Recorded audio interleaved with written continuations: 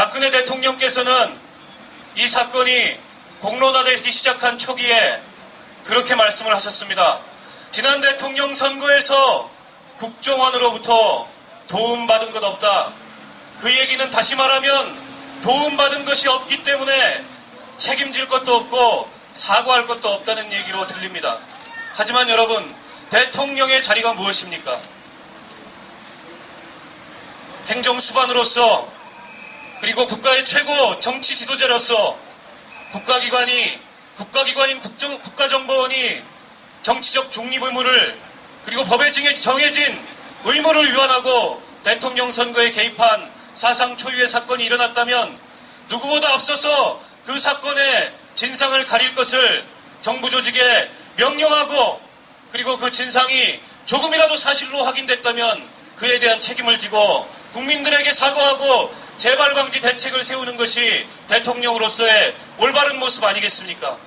그런데 지금 박근혜 대통령은 대통령이 아니라 새누리당이라는 한 정파의 수장인 것처럼 행동하고 있습니다.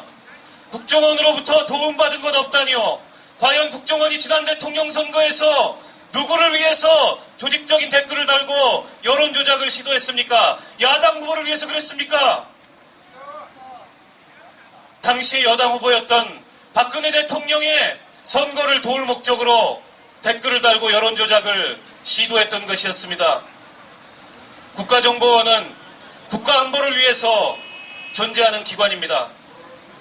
그리고 이번에 국가정보원에 문제가 됐던 대북심리단이라는 그 조직은 그야말로 국가안보를 위해서 존재하는 조직입니다.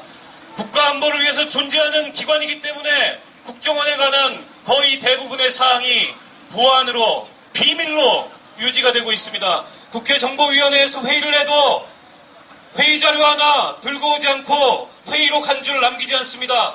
무려 1조 원이라는 국가 예산을 국가정보원이 사용함에도 불구하고 그 세부 내역에 대해서 국회에 보고하지 않습니다. 이렇게 법에 의해서 국민이 부여한 권력을 가지고서 국가정보원은 대통령 선거에 개입해서 민의를 왜곡하고 그리고 선거를 조작하려는 그런 공작을 했습니다. 이런 국가정보원이라면 과연 국가안보를 위해서 계속 존재할 필요가 있겠습니까, 여러분? 그렇습니다. 국가정보원은 개혁의 대상이 아닌 해체의 대상입니다. 이렇게 법을 위반하고 선거에 개입해서 민주주의를 어지럽히고 헌정질서를 유린한 지금의 국가정보원을 해체하고 국가의 안보, 국민의 안보를 위해서 일할 수 있는 조직으로 다시 만들어야 합니다. 어떻게 생각하십니까, 여러분?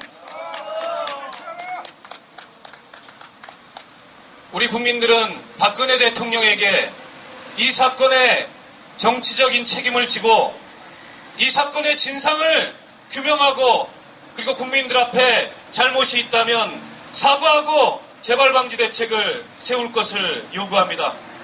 지금처럼 박근혜 대통령이 아무 말하지 않고 국가정보원으로부터 도움받은 것 없다는 태도를 고수하는 것은 대한민국을 대표하는 대통령으로서 자격이 없는 행위라고 생각하는데 여러분 의견 어떠십니까? 박근혜 대통령은 더 이상 침묵해서는 안 됩니다. 우리는 지난 대통령 선거에서 민주공화국의 대통령을 선출한 것이지 여왕을 모신 것이 아닙니다. 과거 봉건 시대에 군주들은 사사로운 정쟁을 떠나서 고고한 위치에서 선정을 베푸는 것을 미덕으로 여겼을지도 모릅니다. 하지만 현대 민주공화국의 권력자는 군림하는 것이 아니라 통치해야 합니다, 여러분.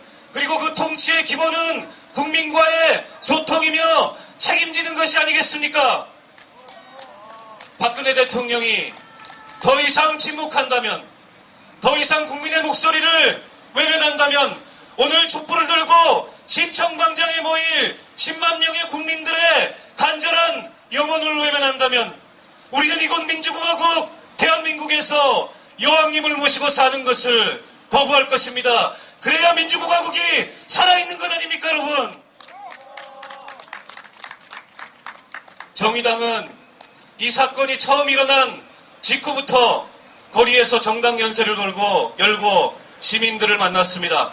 그리고 이 사건이 진실이 낱낱이 규명되고 책임자들을 모두 처벌하고 그리고 다시는 국가정보기구에 의해서 이렇도록 불행한 헌정질서 유린 사태가 일어나지 않을 때까지 촛불을 든 국민들과 함께 싸우겠습니다.